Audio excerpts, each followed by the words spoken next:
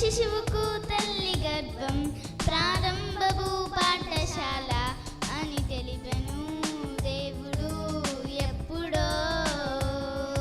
యోహాను తల్లి గర్భమందు మరియ వందనం వినగానే గంతులేసెను గర్భంలో. అప్పుడే గర్భంలోనే గుర్తించిన దేవుని కుమారుడు యేసు కంటే ముందుగా వచ్చినాడితడు.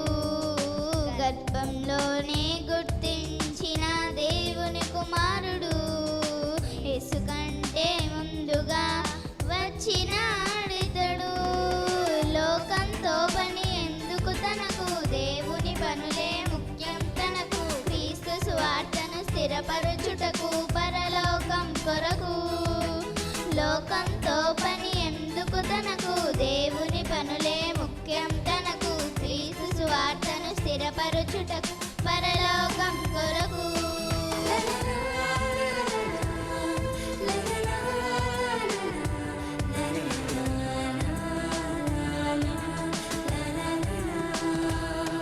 ప్రతి శిశువుకు తల్లి గర్భం ప్రారంభపు పాఠశాల అని తెలిపెను దేవుడు ఎప్పుడో.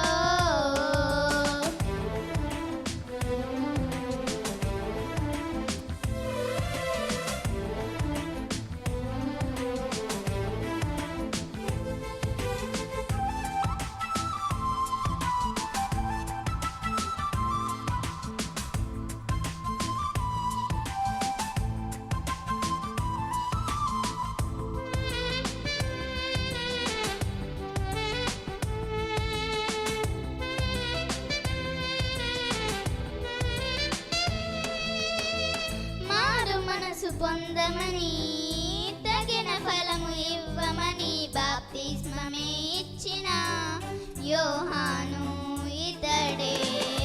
అరణ్యములో కేకలు వేయు యోహానొక శబ్దమని ముందుగా యెషయా ప్రవచించిన వాడితడే. తన వెనుక వచ్చిన వాడే సర్వశక్తిమంతుడని తన చెప్పుల వారున విప్పే తనకు లేదని తననే తానే తగ్గించుకొని అడవిలో బ్రతుకును సహించుకొని దేవుని ఎదుటే మెప్పించుకొని ఇలా యేసును చూపాలని తననే తానే తగ్గించుకొని అడవిలో బ్రతుకును సహించుకొని దేవుని ఎదుటే మెప్పించుకొని ఇలా యేసును చూపాలని.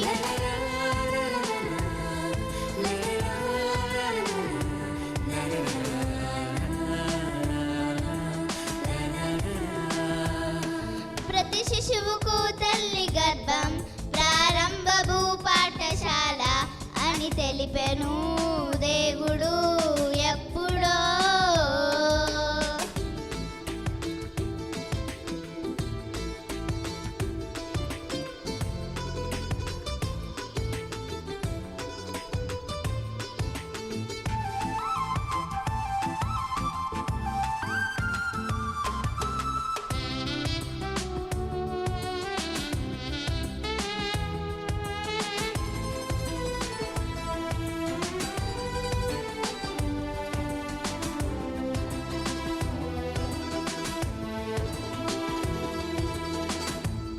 కనిన వారిలో గొప్పవాడు యోహానే.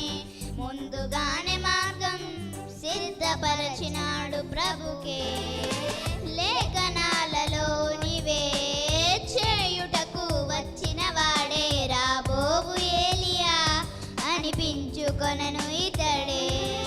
లోక పాపములను మోసే గొర్రె పిల్ల ఇతడే అని ప్రభును గూర్చి సాక్ష్యమిచ్చి శిష్యులను ప్రభుతో పంపి తండ్రుల హృదయము పిల్లల వైపుకు, పిల్లల హృదయము తండ్రుల వైపుకు, మనుషుల హృదయము దేవుని వైపుకు త్రిప్పెను చివరకు. తండ్రుల హృదయము పిల్లల వైపుకు, పిల్లల హృదయము తండ్రుల వైపుకు, మనుషుల హృదయము దేవుని వైపుకు త్రిప్పెను చివరకు.